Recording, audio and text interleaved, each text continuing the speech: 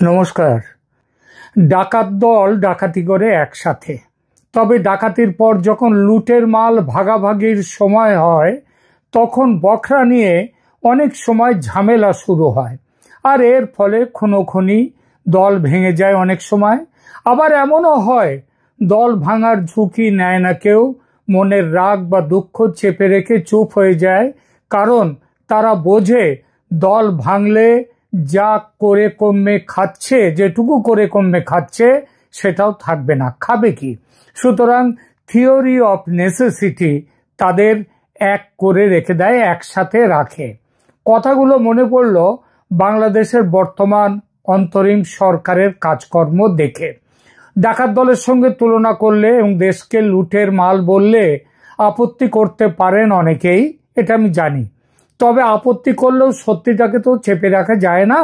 আর সেই সত্যি কথা বলতে গেলে বলতে হয়, যেভাবে বিএনপি, জামায়াত, এনসিপি সবাই দেশের জন্য ঝাঁপিয়ে পড়েছে, তাতে আর একটা উপমা মনে পড়ে, সেটাও খুব লাগে, এখানটায় কাজে লাগে। সেটা হচ্ছে শকুন কাঁদে গরুর শোকে। ব্যাখ্যা দিই কেন এমন বলছি, তার ব্যাখ্যা।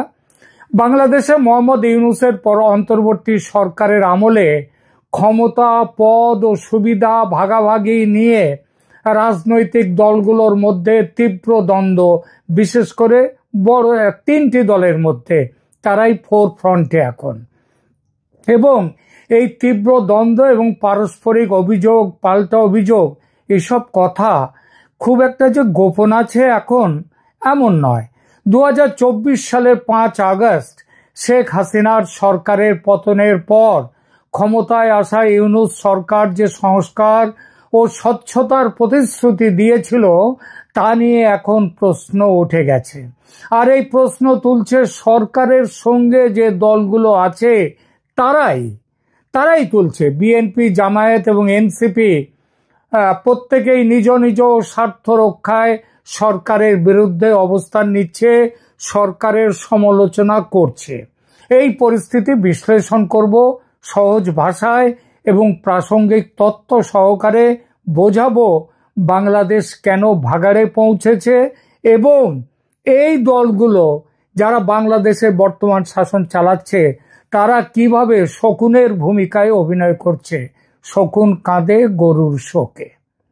2024 সালের জুলাই মাসে ছাত্র নেতৃত্বাধীন গণ আন্দোলনে শেখ হাসিনার 15 বছরের শাসনের পতন ঘটে। 8 আগস্ট মোহাম্মদ ইউনূস প্রধান উপদেষ্টা হিসেবে অন্তর্বর্তী সরকারের দায়িত্ব নেন। তার সরকার প্রতিশ্রুতি দেয় দুর্নীতিমুক্ত প্রশাসন, ব্যাপক সংস্কার এবং দ্রুত নির্বাচন। তবে মাত্র কয়েক মাসের মধ্যেই এই অন্তর্বর্তী সরকার নানা বিতর্কের মুখে পড়ে যায়। দুর্নীতির অভিযোগ, পদ বন্টন নিয়ে বিরোধ এবং রাজনৈতিক পক্ষপাতিত্বের অভিযোগ উঠতে থাকে। সরকারের সঙ্গে যেসব দল আছে তারা অবশ্য এইসব অভিযোগকে লুটের মাল ও তার বখরা নিয়ে মারামারি বলতে চাইবে না, বলবে এটা তাদের আদর্শিক সংগ্রাম। তবে এই আদর্শিক সংগ্রামে যা চলছে দেশে, সেসব দেখে সাধারণ মানুষ মনে করে আদর্শ ফাদর্শ কিচ্ছু নয়, এটা লুটের মাগ বখরা নিয়ে টানাটানি। অন্তর্বর্তী সরকারের আমলে লুটের বখরা বলতে বোঝায় সরকারি পদ নিয়োগে পক্ষপাতিত্ব, বিভিন্ন মন্ত্রণালয়ে নিয়োগ, বদলি, পদোন্নতিতে নির্দিষ্ট রাজনৈতিক দল বা গোষ্ঠীর লোকদের প্রাধান্য দেওয়ার অভিযোগ। The Shillong Times news portal 10 আগস্টের এক প্রতিবেদনে একদা প্রধানমন্ত্রী তথা বিএনপি দলের চেয়ারপারসন বেগম খালেদা জিয়ার ব্যক্তিগত সচিব ABM আব্দুস সাত্তারের বয়ানে একগাদা অভিযোগ তুলেছেন। সাত্তার সাহেব প্রকল্প টেন্ডারের দুর্নীতি, সরকারি উপদেষ্টাদের ব্যক্তিগত সহায়ক এবং কর্মকর্তাদের বিরুদ্ধে শত শত কোটি টাকার দুর্নীতির অভিযোগ তুলেছেন। জামায়াত, এনসিপি এবং অন্যান্য দলের নেতারাও সরকারি সিদ্ধান্ত প্রভাবিত করার চেষ্টা করছে বলে বিএনপি অভিযোগ করেছে। অন্তর্বর্তী সরকারের সংস্কার ও নির্বাচন নিয়ে মতভেদ প্রসঙ্গে জুলাই চার্টার বাস্তবায়ন, পিআর পদ্ধতি চালু এবং নির্বাচনের সময় নিয়ে দলগুলোর মধ্যে তীব্র দ্বন্দ্ব। দেশের বৃহত্তম বিরোধী দল হিসেবে বিএনপি দ্রুত নির্বাচন চায় এবং ডিসেম্বর 2025 থেকে ফেব্রুয়ারি 2026-এর মধ্যে ভোট অনুষ্ঠানের দাবি জানিয়ে আসছে।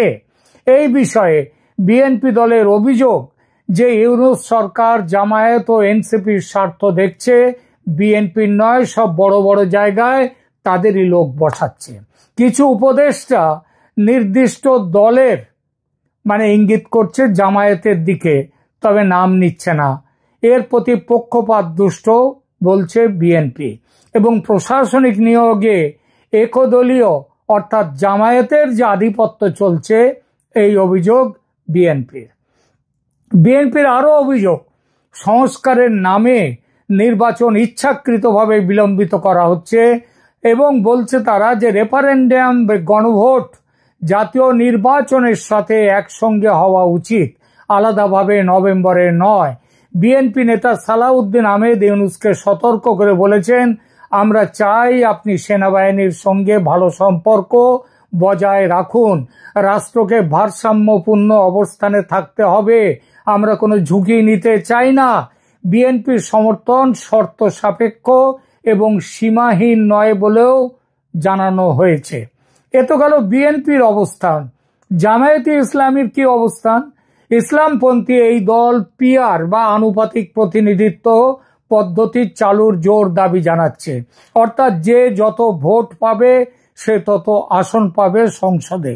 জামায়াত ও এনসিপি মনে করে এতে প্রতিটি ভোটের মূল্য থাকে এবং ছোট দলগুলো সংসদে উপস্থাপিত হতে পারে। তবে কথা হচ্ছে, যে নিয়মের কথা বলছে, এই আনুষ্ঠানিক এই যে প্রতিনিধিত্বমূলক যে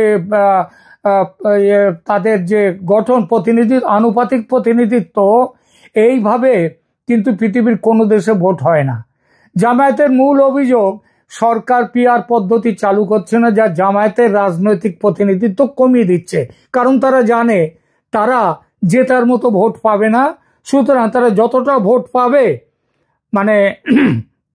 ধরা যাক যদি বিএনপি 35% ভোট পেয়ে যেতে, তাহলে বিএনপি জিতবে সেই আসনে। কিন্তু জামাত যদি সেখানে 34% ভোট পায়, তাহলে জামাত কমে যাবে, সেই আসন পাবে না। জামায়াতের বক্তব্য হচ্ছে 35%-এর জন্য তারা যতটা পাবে, আমরা 34%-এর জন্য ততগুলো আসন পাবো। এই হচ্ছে পিআর। তাদের আরো অভিযোগ, জামাতের কিছু উপদেষ্টা নাকি বিএনপির স্বার্থে কাজ করছে এবং প্রশাসনকে দলীয়করণ করছে এবং এর ফলে যে লড়াইয়ের যে সমান জায়গা, লেভেল প্লেইং ফিল্ড, সেটা তৈরি হচ্ছে না। ডিসি, ইউএনও, ওসি এবং আমলাদের ভূমিকা সন্দেহজনক। জামাতের আরো অভিযোগ, ইউনূস লন্ডনে বিএনপি নেতা তারেক রহমানের সঙ্গে বৈঠক করে পক্ষপাতিত্ব দেখিয়েছেন, যেটা করা তার উচিত ছিল না। জামায়াতের দাবি, নভেম্বর 2025 সালের মধ্যে গণভোট করতে হবে, রেফারেন্ডাম, এবং জুলাই চার্টারে পিআর পদ্ধতি অন্তর্ভুক্ত করতে হবে এই 2-1 দিনের মধ্যে। জামায়াত সেক্রেটারি জেনারেল মিয়া গোলাম পরোয়ার বলেছেন, জনগণের মতামত নিতে হবে, সংখ্যাগরিষ্ঠ সমর্থন পেলে সবাইকে মানতে হবে, না পেলে জামায়াতও মানবে। জামায়াত নেতা সৈয়দ আব্দুল্লাহ মোহাম্মদ তাহের, যিনি সম্প্রতি কয়েকদিন আগে নিউ ইয়র্কে এক সভায় 5 মিলিয়ন বা 50 লক্ষ যুবক নিয়ে ভারত আক্রমণ করে ভারতে গজওয়াতুল হিন্দ প্রতিষ্ঠার কথা বলে বিখ্যাত হয়েছেন, তিনি দাবি করেছেন যে তাদের কাছে কিছু উপদেষ্টার ষড়যন্ত্রের নাম ও ভয়েস রেকর্ডিং রয়েছে, যা এখন তিনি প্রকাশ করছেন না, তাদের সংশোধনের সুযোগ দেওয়ার জন্যে। এনসিপি, জাতীয় নাগরিক পার্টি, বলছে জুলাই চার্টার সম্পূর্ণ বাস্তবায়িত করতে হবে, বিচার ও সংস্কার সম্পন্ন করতে হবে, সংবিধান সংশোধন করতে হবে, তবেই নির্বাচন চাই। এই দাবিতে তারা অটল, কারণ সেটা করলে তো তারা ভোটে জিততে পারবেন না নির্বাচন করলে। সুতরাং এই দাবি করে যতদিন ভোট পিছিয়ে দেওয়া যায় তারা তাদের জায়গায় থাকবেন। এনসিপি নেতারা সরকারি চাকরিতে নিজেদের লোক ঢোকানোর চেষ্টা করছে বলে কিন্তু প্রচুর অভিযোগ উঠেছে। এনসিপির যুগ্ম সচিব সালাউদ্দিন তানভীরকে এনসিটিবি বা জাতীয় পাঠ্যক্রম ও পাঠ্যপুস্তক বোর্ড এবং ডিসি নিয়োগ কমিশনের ডিসি নিয়োগের জন্য তিনি কমিশন করবেন, ট্রেডিং করবেন, দামের দরদাম করবেন এবং হস্তক্ষেপের অভিযোগে সাময়িকভাবে সাসপেন্ডও করা হয়েছে তাকে। রেলওয়ে মন্ত্রণালয়ে নিয়োজিত 3 ছাত্রনেতার বিরুদ্ধে রেলের টিকিট কালোবাজারি, বদলি বাণিজ্য ও দুর্নীতির অভিযোগ উঠেছে। ইউনূস তারেক বৈঠকের পর এনসিপি হতাশা প্রকাশ করে বলে, সরকার শুধু একটি দলের অবস্থান ও দাবিকে গুরুত্ব দিচ্ছে। এনসিপি নেতারা মনে করে নির্বাচনের তারিখ ঘোষণায় বিএনপিকে অগ্রাধিকার দেয়া হয়েছে, যখন সংস্কার ও বিচার এনসিপির প্রধান দাবি ছিল। মানে ওই ভাগাভাগি নিয়ে টানাটানি, লুটের বকরা নিয়ে টানাটানি, শকুন কাঁদে গরুর শোকে। উপদেষ্টা ও তাদের সহকারীদের বিরুদ্ধে অন্তর্বর্তী সরকারের দুর্নীতি মুক্ত থাকার প্রতিশ্রুতি সত্ত্বেও নানা কেলেঙ্কারি প্রকাশ পেয়েছে। আসিফ মাহমুদ সজীব ভুঁইয়া যুব ক্রীড়া দপ্তরের উপদেষ্টা এবং স্থানীয় সরকার মন্ত্রণালয়েরও ভার তার উপর। তার সহকারী ব্যক্তিগত সচিব মোয়াজ্জেম হোসেনের বিরুদ্ধে 300 কোটি টাকা আত্মসাতের অভিযোগ। মিনি স্টেডিয়াম প্রকল্পের খরচ 12 বিলিয়ন টাকা বৃদ্ধি করা হয়েছে, 158% বাড়ানো হয়েছে। এই ব্যাপারে চাপ দেওয়ার ব্যাপারে অভিযোগও এই মহাবিপ্লবী ছাত্র নেতা আসিফ মাহমুদ সজীব ভুঁইয়ার নামে।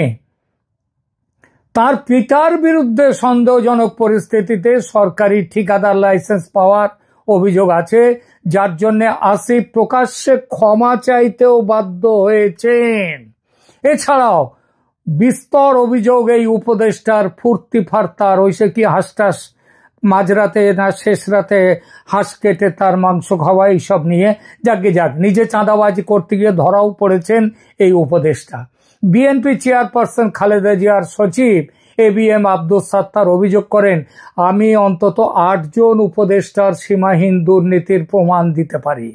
কোনো পদে নিয়োগ বা বদলি তাদের খুশি না করে হয় না, মানে টাকা না দিয়ে হয় না।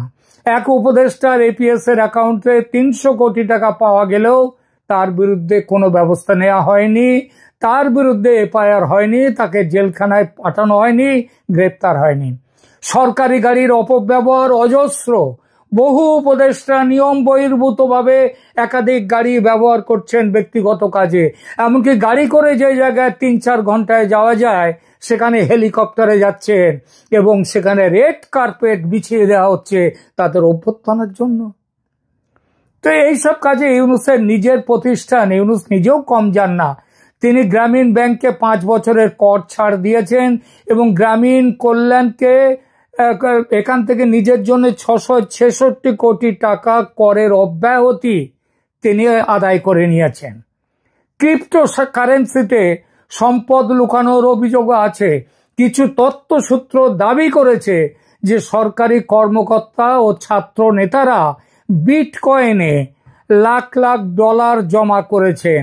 কাদের কতটা জমা, ছোটখাটো একটু হিসাবটা দিয়ে দিই। নাহিদ ইসলাম, তার নামে আছে 204.64 BTC, যার বাংলাদেশি টাকায় যার পরিমাণ হচ্ছে প্রায় 220 কোটি টাকা তিনি জমা রেখেছেন।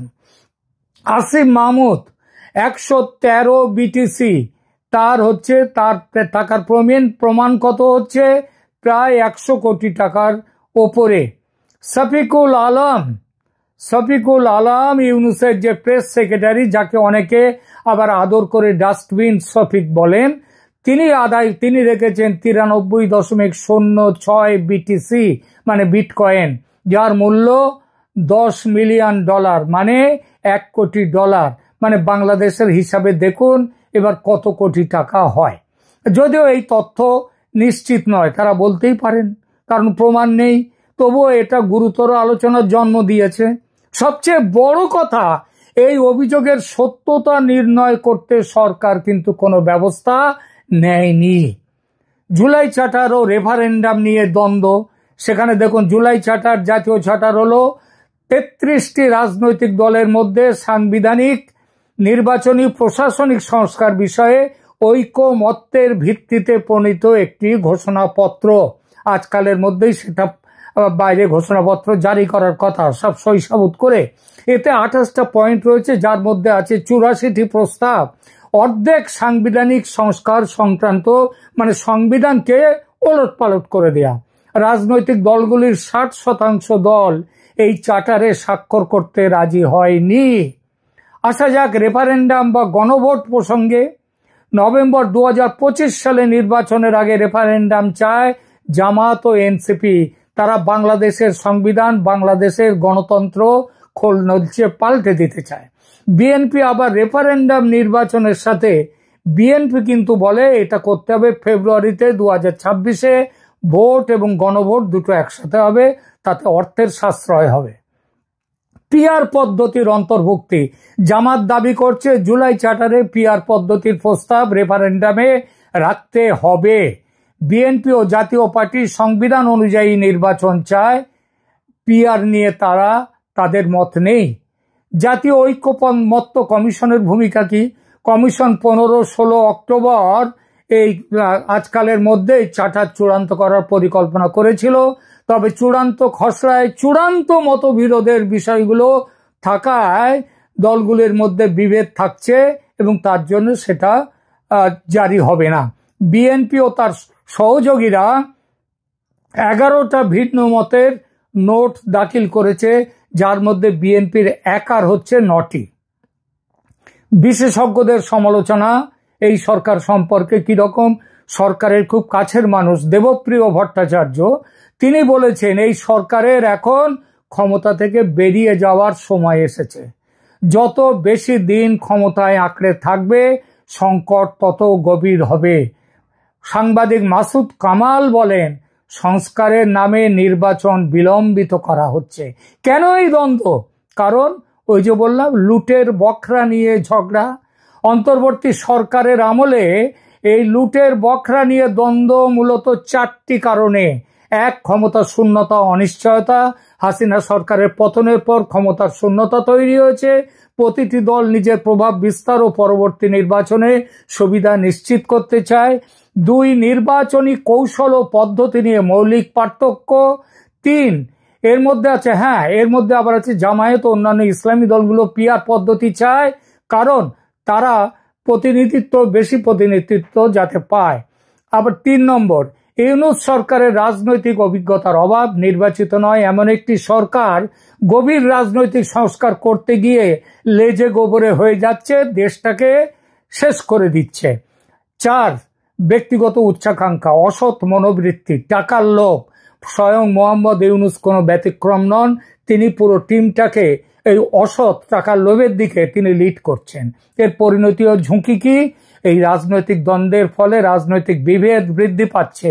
জুলাই বিপ্লবের সময় যে ঐক্য ছিল তা ভেঙে গেছে। জনজীবনের প্রবল অস্থিরতা, আইন শৃঙ্খলা জঘন্য, দৈনিক 200 জন নারী যৌন নির্যাতনের শিকার, ছিনতাই ও হাইজ্যাকিং বেড়েছে, সংখ্যালঘুদের উপর বেড়েছে ভয়ঙ্কর অত্যাচার।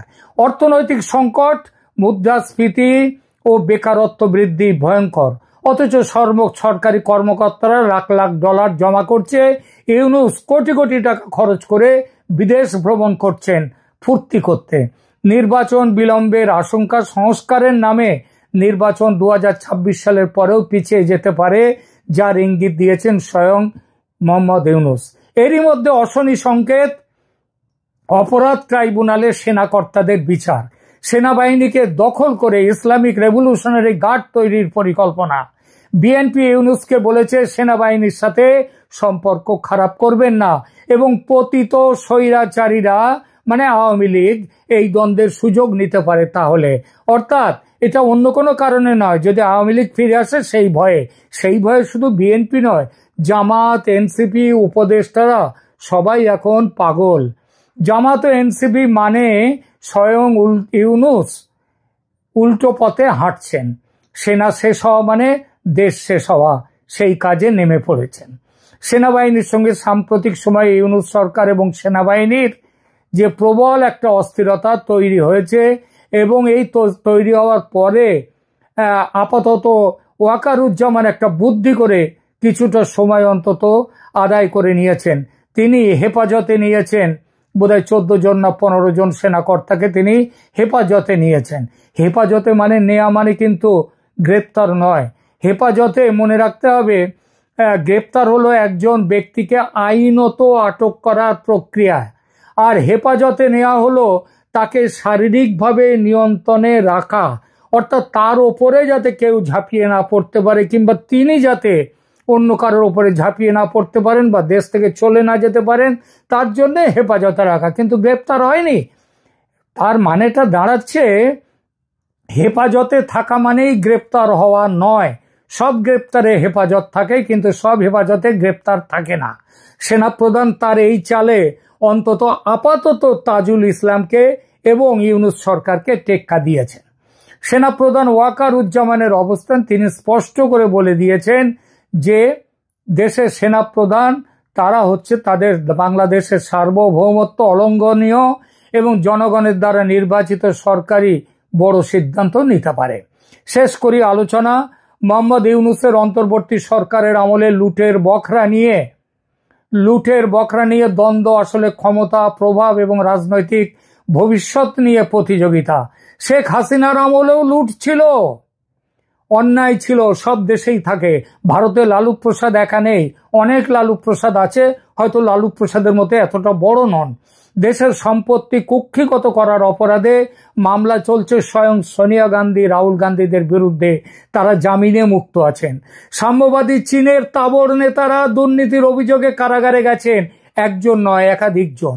বাংলাদেশে হাসিনার আমলেও দুর্নীতি ছিল, কিন্তু তখন আইনের একটা সাধারণ শাসন ছিল, উন্নয়নের একটা গতি ছিল। কথায় আছে পেটে খেলে পিঠে সয়। মানুষের হাতে কাজ ছিল, সরকারের নানান প্রকল্প ছিল মানুষের মুখে ভাত দেয়ার, গরিবের মুখে ভাত দেয়ার। ভাতের চিন্তা করতে হয়নি বলে মানুষ গণতান্ত্রিক অধিকারের কথা বলেছে তখন। এখন পেটে ভাত নেই, তাই গণতন্ত্রের অধিকারের কথা কেউ বলেও না, আর বললে তার জায়গা জেলখানায়। হাসিনার থেকেও আরো বেশি কি বলবো, তাদের স্বৈরাচারী অন্তত এই ব্যাপারে এই সরকার। সুতরাং হাসিনার আমল এখন স্মৃতি।